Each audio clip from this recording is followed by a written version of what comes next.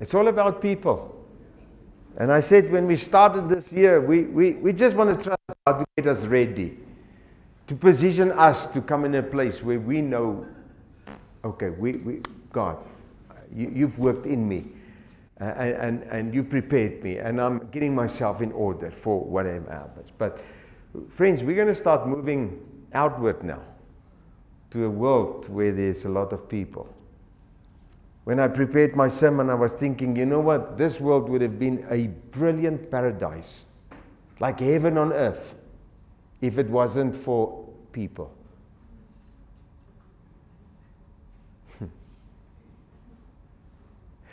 Of all the creation God created, man was his highlight. When he created Adam and Eve, it was his highlight. And sadly, in regard to all of creation, it became his most greatest disappointment. I remember that God once made a statement and said, "It saddens me that I ever thought to make man." Yet he did. And through offerings and pardoning and forgiveness and eventually Jesus coming to this world, the Bible said that even through all of this, God still loved the world so much that he gave his son. So my theme this morning is, what is our attitude as a believer in a cruel world? Because we're going to go into this world and we're going to deal with people, all kinds of people, brilliant people, but on the other hand, not so brilliant at all. The fact is, when you and I get born again, you and I need to understand that God changed you and me. Our nature changed. Our whole life changed. We received the nature of God in a way that helped us to become Christ-like. Isn't that true? Yet nothing changes in the world that you and I live in.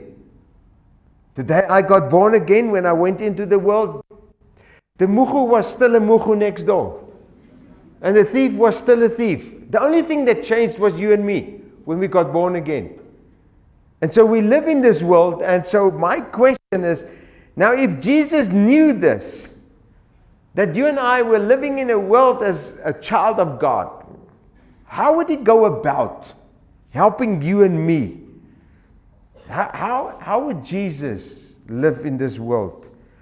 And he prayed a specific prayer, and I want to start off by reading that. If you have your Bibles, please be so kind to go with me to John 17, verse 5. John 17, verse 5. And I'm going to read there till verse 22. So just bear with me.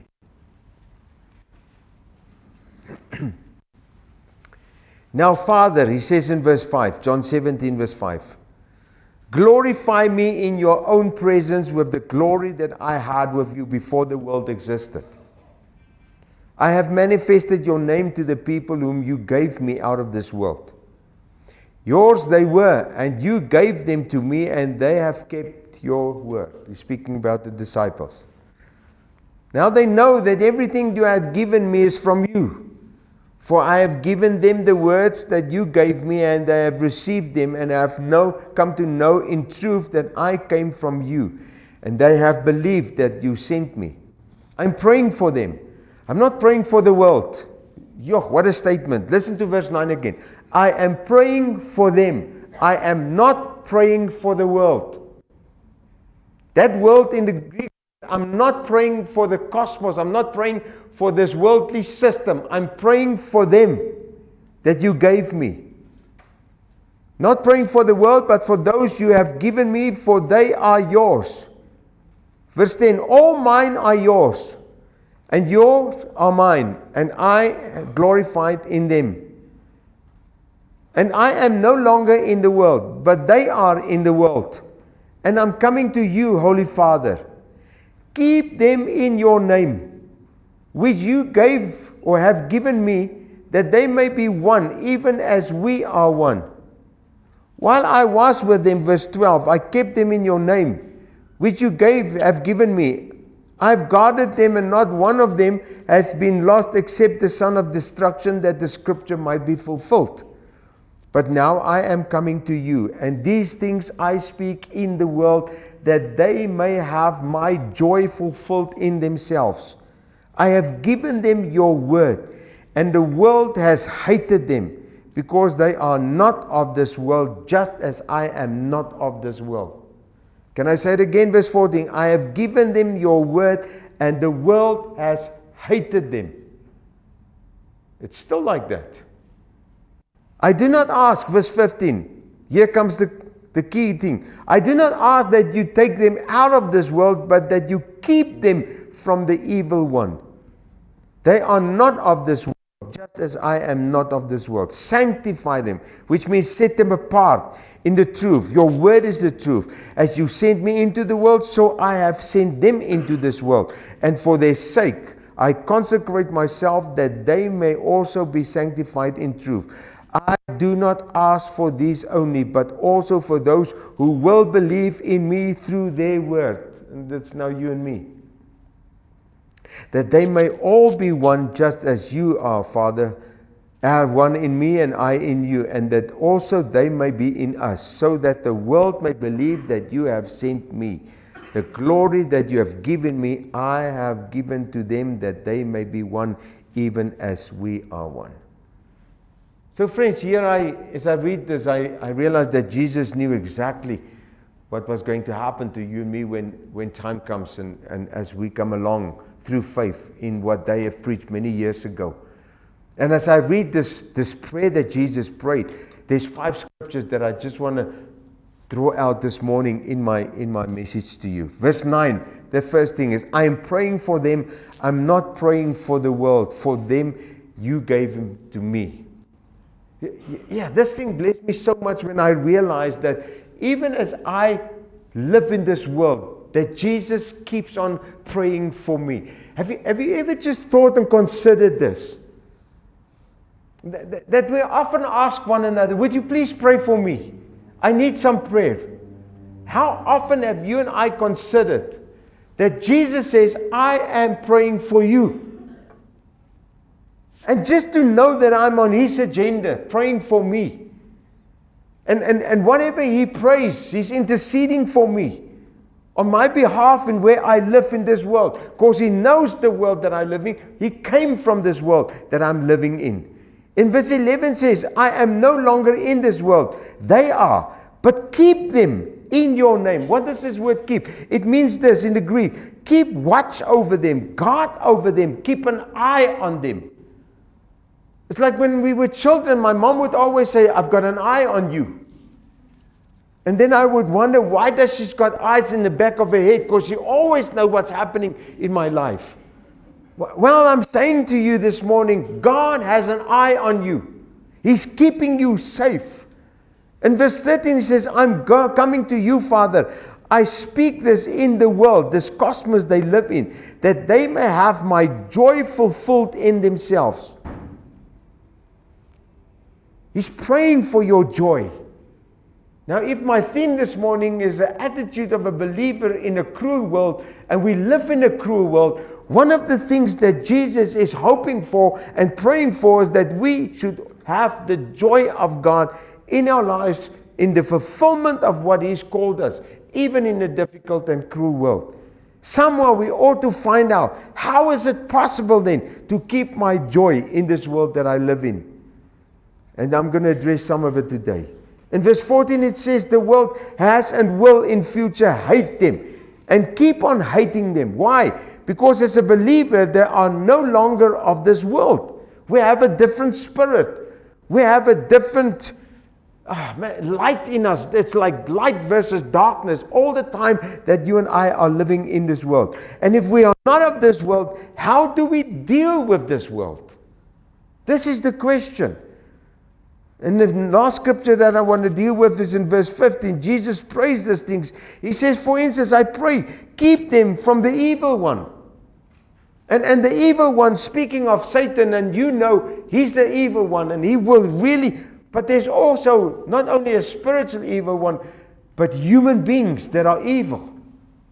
And so Jesus, I believe, is not only praying, God, just protect them against the devil, but there's also this thing in his heart, God, protect my children against evil people on this world. There are cruel people in this world. He says this, I did not ask you to take them out of this world. As a matter of fact, God, I'm just praying that you will keep them smack in the middle of this world. Why? So that they can learn one thing, one, that you and I am one, and that you and I and they can also be one with one another. And secondly, it says verse 22 that they can be one with one another. I don't want to talk about that, friends, but there's something about unity in the believer's life. That if you and I am connected to other believers and there's a unity in it, it will make you strong in this world that is cruel. You can tell me whatever you want. A believer that is not connected to the body of Christ will always suffer in this world. There's nobody that can uplift them. There's nobody that can encourage. There's nobody that can come underneath them to help sustain them in this world. Please do not run away from your body that God gave you in the ministry. It's a body of Christ that you can be part of. Verse 23 says that they may become perfectly one so that the world will know, God, that you sent me. And I realize this as we go through all this cruelty in this world and the unity becomes one, it's within that unity. The reason why I say this morning, friends, is it not so? Then the Bible says 2 is better than 1. 3 is better than 1. How will one stand if somebody cannot tell him up when he falls? How will it be possible for you to be living a sustainable, glorious, victorious life with God if you don't have somebody to help you? The point I want to say is there is so much power in this unity of the body of Christ compared to an individual that claims that he or she is a child of God. And within this body, we can cover for one another. It's within this body where we can proclaim Jesus. But as an individual, I'll come to this now. It's so easy to fall that the world will say, well, if that is a Christian, I don't want to be one. And there's no one here this morning that can say, I've never fallen. I've never had a mistake. I've never made a mess up. We all have.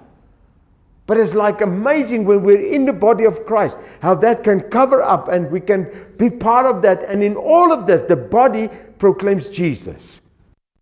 Not saying you can't do it by yourself, but the world will know God sent you. 1 Peter 5 verse 9, resist him. And he speaks about the devil is running around like a roaring lion. And he says, you have to resist him. For in your faith, knowing that the same kind of suffering are being experienced by your brothers throughout the whole world. And it's not only you and me in a specific situation that you and I find ourselves and say, yeah, Lord, I'm the only Christian that goes through a tough time. The Bible says the whole world goes through that because there's an enemy. And if we resist him, how are we going to deal with cruel people? The same world we need to know, the same world who needs to know that Jesus is Lord in your and my life is the same world you and I live in, and it's the same cruel world. And so my question to you and me this morning would be, well, if we want to know how to deal with a cruel world and have a different attitude, wouldn't you agree that we should rather than look at Jesus and how he did that? How did he deal with somebody that was cruel? And so I want to read to you Hebrews 2 verse 18. Hebrews 2, listen carefully to this scripture. For because Jesus himself has suffered when tempted. When I read it again this morning, I thought by myself, he wasn't only tempted, he suffered. And he says this, because Jesus himself has suffered when tempted, he is able to help those who are being tempted. Hebrews 4 verse 15, for we do not have a high priest who is unable to sympathize with our weaknesses, but one who in every respect has been tempted as you and I have, but without sin. So what does he mean? Where's my real temptation? Sure, in my private life, in my private being, I'm tempted with stuff, just like everybody else. When stuff happens, when there's food, I'm tempted. When there's packs of money on the table, I'm tempted. Okay, it's only me. I know you're holy. You're not like that. When a woman walks with a bikini on the beach, I'm tempted. Sorry, nah. Julle man, sorry. You're not like that. Listen, Bruce Wilkerson said it so beautiful this week. When I'm tempted and you are tempted, it doesn't mean we've sinned. It's what am I going to do with this temptation? So we're tempted in so many different ways in this world. Ladies, you are tempted when you walk past a nice shop and there's a dress in there. You're tempted to spend your credit card and you know you don't have money. And then you tell your husband, I bought it on a bargain. It was 50% less. And you see this handsome, somebody said to me, this beautiful man. I said, no, a man isn't beautiful. He's only sexy and handsome. A woman is beautiful. But ladies, you're tempted with handsome men. Come on. Don't tell me you're not. If you're not human. But yeah, when it comes to cruel people, you and I are tempted too. Come on. And the question is, how are we going to deal with this temptation? How am I going to deal when I am faced with cruelty of this world that I live in without knowing? I mean, here's the thing that I realized. I'll say it now. When I am tempted in this world, when cruel people deal with me, I am tempted to react in the same way. You shout, I shout. You show me a finger, I saw a picture the other day. I just want to say thank you to my middle finger. He stood up for me every time I needed him. I thought, yo, man, that's not a... I want to react. When somebody goes through me, Nick, okay, I'm just a little bit transparent here. When a taxi hits in front of me over the road, I don't go, oh, Jesus, I praise you. What a wonderful day. I'm tempted. I want to be cruel. Sure. When people are cruel to me and they say stuff, are you and I not tempted? We want to say something back. You say, I say. You say, I say. When people are deliberate in sinning because they want to harm you and me, we want to sin too. We really want to return an eye for an eye. Don't we? In Jesus' life, it wasn't different. The Bible says he went through everything that you and I went through, everything, and tempted in every way as you and I were tempted, but without sin. Here's the thing, oh man, when I read it again, can I just read it again? He says, for we do not have a high priest who is unable to sympathize with me. And please, it's on video, so please don't quote me out of context now. I'm not saying by this, if somebody's cruel and now you are cruel, if somebody shows you a finger and before you see it, you show a finger, you say, oh God, I shouldn't have done that. I'm so sorry, Lord. Here's the thing. If you and I am tempted because of the cruelty of this world, the Bible says Jesus sympathizes with you and me. But it doesn't give me the right to keep on sinning. Does it make sense what I'm saying? How did Jesus do it? And if he was tempted just like you and me, how did he do it? Well, the brilliancy lies in this scripture. Philippians 2 verse 5. Please go there if you have it. Philippians 2 verse 5. It says there, beg your pardon. It says there in verse 5, have the same attitude. Say with me, attitude. Have the same attitude amongst yourselves, which is yours in Christ Jesus, who though he was in the form of God, did not count equal with God a thing to be grasped, but emptied himself by taking the form of a servant, being born in the likeness of men, and being found in human form. He humbled himself by becoming obedient even till the point of death on the cross. Have the same attitude. Friends, the key to deal with cruel people in this world is no formula. It's no course that you do. It's no anger management course that you do. And you have to fail it 3 times before you can pass it. It's got nothing to do with the course. It's all got to do with an attitude of the heart. And so Jesus had this amazing attitude. If I look how he dealt, I can't go through all of the scriptures, but Matthew 5 verse 23 to 24. If you are offering your gift at the altar and there you remember that your brother has something against you, leave your gift there before the altar and go. First be reconciled to your brother and then come and offer your gift. If your brother is cruel and has something against you, leave what you're doing and go reconcile you. It's an attitude of the heart.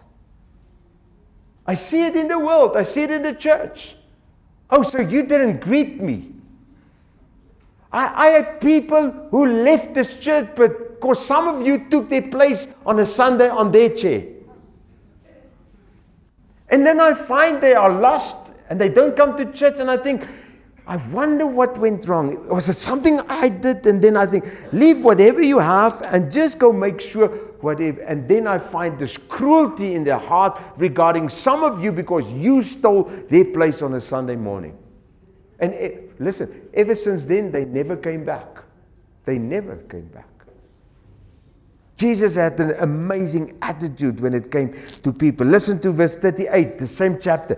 You have heard that it was said, an eye for an eye and a tooth for a tooth. But I say to you, do not resist the one who is evil. But if anyone slaps you on the right cheek, turn to him the other one also. And if anyone would sue you and take your tunic, let him have your cloak as well. You know how amazing it is to hear believers, children of God, when they have trouble with cruel people, the first thing that comes from their mouth is this: I'll sue you. We'll see you in court. And I'm thinking, where are we going with this cruelty of this world? Because if my nature is different than this of this world, why do I act then like the world? Jesus says in verse 43, listen to this.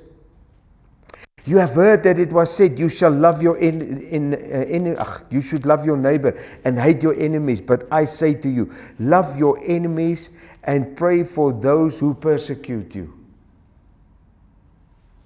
Sure. Romans 12 verse 17. Let me read that to you. I'm quickly going to get there. Romans 12 verse 17.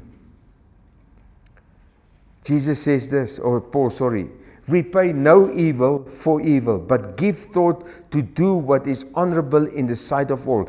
If possible, so far as it depends on you, live peaceably with everyone. Beloved, never avenge yourself, but leave it to the wrath of God, for it is written, vengeance is mine, I will repay, says the Lord. To the contrary, if your enemy is hungry, feed him. If he's thirsty, give him something to drink. For by so doing you will heap burning coals on his head. Do not be overcome by evil, but overcome evil with good. What an attitude. 1 Corinthians 4 verse 9 says this, for I think that God has exhibited us as apostles as last of all, like men sentenced to death, because we have become a spectacle to this world, to angels and to men. We are fools for Christ's sake. But you are wise in Christ. We are weak, but you are strong. You are held in honor, but we in disrepute. To the present hour we hunger and thirst. We are poorly dressed and buffeted and homeless. We labor, working with our own hands when reviled. We bless when we persecuted. We endure, then slandered. We entreat. We have become and are still like a scum of the world and refuge of all things. Wow, what an attitude. If I didn't have an attitude like I have today, praise the Here, I would have most probably said, well, if this is what a Christian's life looks like, I don't want to be part of this. Everybody's doing well, ek is in die moeilikheid. And so when I look at Jesus and how he dealt with it, the right thing of all of this would be the attitude that he had, even that through all that he went through the persecution, through all that he went through Pilate, through all that he went on the cross, and he's hanging on the cross and he said, it is finished. What was finished? The fact that I came to this world as a servant who humbled myself, didn't think that I had a position in any place in the kingdom of God. I just came here to serve, and the saddest part is that I'm hanging on this cross because of the cruel people in this world. An interesting question would be, right, I remember as a student when we did this scripture in Matthew 5, so if one slaps you on the one cheek, then the other one, I said to my teacher in Bible school, I said to him, so if he slaps me here and he slaps me here, what do I do if he slaps me a third time? Of course, the Bible doesn't say I need to do this all the time. Slap, slap, slap, and that. And so we have questions like this. Do we keep on? Do we just say, it's okay, you can do with me whatever you want, you can just slap me, you can rob me, you can rape my children, you can do this, you can do that. Is that really what God wants us to do with evil and bad people? And so I want to give you some biblical answers just on that, because sometimes people will say to me, okay, so if I humble myself and I have this attitude of just, okay, it's okay, you can be cruel. Should I just leave it every time? And I want to show you out of Scripture. Friends, as a believer in a cruel world, you and I need to find the time that we confront cruelty. And Jesus did that, especially when he exposed the hypocrisy of the Pharisees. And he actually publicly in Matthew 23 said, "Woe, you hypocrites." Everybody knew what he knew or thought about the hypocritical Pharisees and Sadducees. So there are times that you can confront. The Bible says you can become angry, just do not sin. So there's something that I once said to the Lord, I was really in a bad situation, and I said, I'm going to deal with this thing now. So I said to the Lord, so Father, before I go in now, please forgive me for the sin I am about to commit. Beforehand. Well, that's not the attitude. I shouldn't do that. But at the end of the day, please, do not always stay quiet. There are times that the Holy Spirit wants you to confront cruel people and put them in their place. Second thing is, Jesus publicly turned tables upside down. Now, I'm not saying that you should go turn every table upside down. But there was a zeal of God in his heart regarding the house of God. That when he came in the temple and he saw all this merchandising taking place here, he overturned it. The Bible said he made a whip. Now, I can imagine Jesus didn't just make the whip because he was thinking, oh, I can manipulate people. Kyk wat dit ek in my hand. Most probably he smacked some of them. It's not written. Or they were curious or cautious that maybe they shouldn't get too close. But sometimes, again in context, there are times that we as believers should flip a table. Come on. And if you're angry with your husband or your wife, please don't flip your house table. It's not what I'm saying.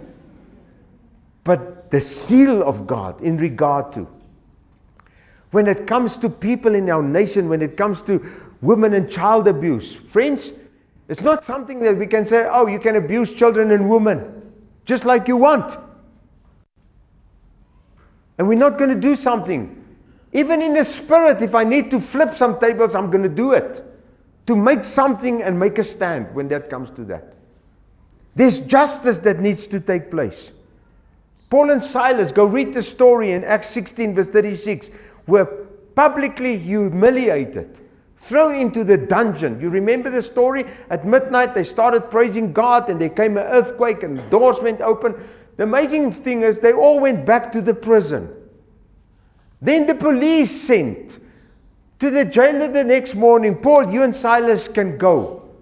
And the same Paul, who just wrote what I just shared with you now, how they are being messed up and without food and they are the scum of the earth and all of this. And he knew what Jesus said about the left and the right chin that you need to turn. That morning, he pulled his backside in a krulletjie. And he said, this is not going to happen.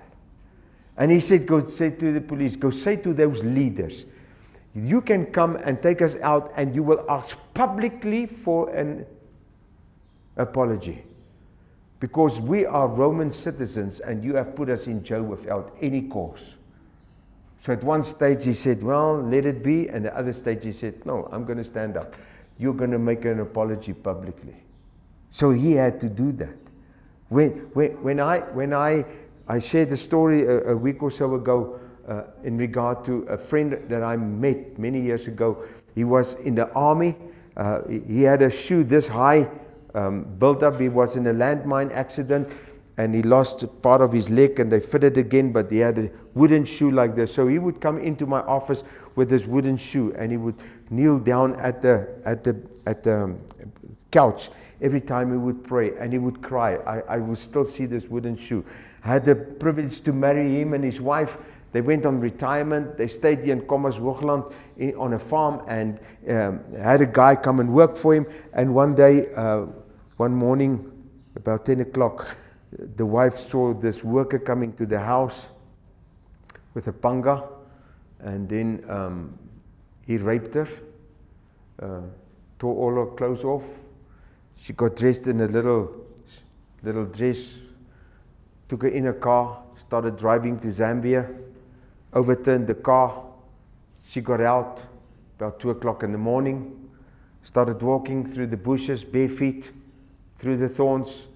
By 6 o'clock when the sun came out, she was on a farm and she saw a building, went to the farmer. Now imagine from 2 o'clock in the morning, naked nearly, barefoot, through the bushes, found this farmer. They phoned the police. They caught the guy just before he got over the border to Zambia. Court case came, and what I didn't say is he killed her husband at the back of the barn with this panga, then raped her. And then she said to me, so what do I do next? And the brilliancy of this woman was this. In court, she went to this murderer and said to him this, I forgive you in the name of Jesus for what you did to me and to my husband. But before God, justice needs to be served. And she was there till the day he was sentenced to lifelong imprisonment. And she came back and she said to me, we have clarity, the case is closed, I have peace. I've forgiven him long time ago, but justice was served. And I would have paid anything to see that justice is served. Can you understand it's different than slapping the one chin of the other? So let me just wrap it up. We get cruel people in this world. In our life, a biblical standard will always be, is there righteousness? Is mercy involved? Do we have accountability? Friends, even in the church, do you agree with me? Even in the church, there are cruel people. How do we deal with cruel people in the church? People have done crazy cruel things to me as a pastor of this church. And the stuff they've said about me and how they've hurt me. How do you deal with people? Well, in this church, there is a legal procedure and a constitution that governs this church. And how do we deal with stuff? I can't go through all of this. How do we operate according to even governmental legislation? How do we pay the receiver of revenue? There's legal stuff. And we don't go under the table to do stuff that's not legal. So when we have procedures in the church, the Bible says, you know what? In Timothy 5 verse 20, those who perish or persist in sin, rebuke them in public so that everybody in the church can fear. That's a tough one. It says that when you and I find a brother in the church and the brother sins against you, go tell him that you've sinned against me. If he doesn't want to listen, take someone with. If he doesn't want to listen, then bring him before the church. And if he doesn't want to listen to the church, keep on persisting in the sin that he's keeping doing and being cruel to other people, then you take him and ask him to leave the church. Okay, no indication. Has ever been asked to leave a church? Well, for what that matter is, I have asked people to leave this church after they did want not to repent. So in every aspect, there's human relations. The principle will always be to try your best to actively restore and to reconciliate. Friends, always do your best to make, listen to this, things right the right way. Make things right the right way. And in doing so, justice will always prevail, even if it takes time till Jesus comes back. Justice will always prevail. I believe it with all my heart. I want to end by saying this. When we deal with cruel people and the attitude of your heart is right, this is the principle that I always live by.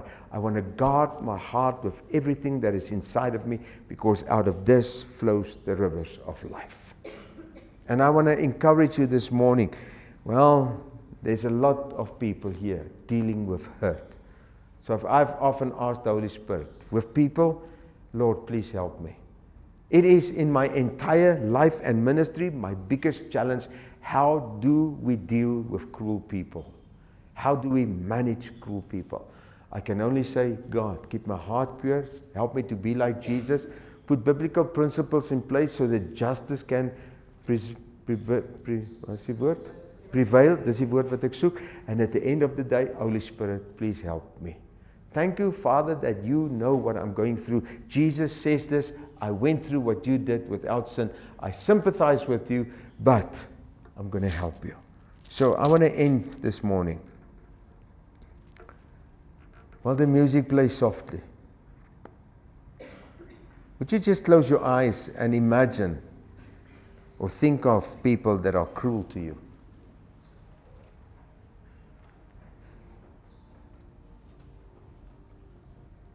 You see their faces in front of you.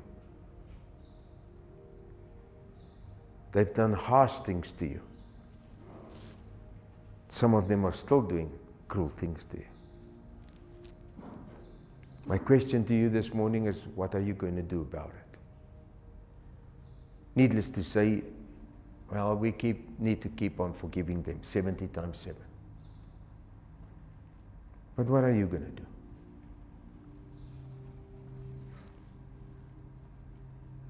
Please don't pray that God will take you out of this world, but rather pray that God, through His grace, will manifest Jesus through you, that people will see it. I want you to forgive those people today. It doesn't mean they won't be cruel anymore. It doesn't mean that tomorrow you won't find cruel people. But pray this, Father, help me to deal with the cruel people in my life. Holy Spirit, will you tell me what to do with them and how to deal with it? And Father, this person that I see, this person that came up, I choose today to pray for that person. Because this is what Jesus said. When people curse you, bless them. When they do bad stuff again, pray for them. Pray for them. So for just 1 second, pray for that person. That person will have an encounter with Jesus.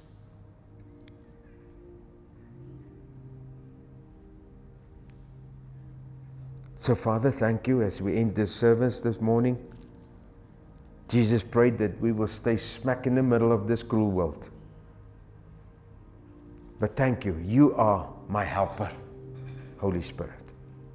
And you are with me, Lord. And you guide my footsteps. And if there's one thing we as a church pray today, when people are cruel to us, help us not to sin, but to be like Jesus. And in all, with the cruelty that goes on around us, I want to bless this church this morning with the prayer that Jesus prayed. He said, Father, I pray that their joy may be full. That even in this cruel world, we will have joy. For the joy of the Lord, that is my strength. I bless you with joy. I bless you with peace. I bless you with the ability to turn the other cheek. I bless you to do good to those who hate you and do bad things about you. But I also bless you that you will stand up when justice needs to be served. I bless you that you would love your brother and sister. And if any brother and sister would do anything to harm you,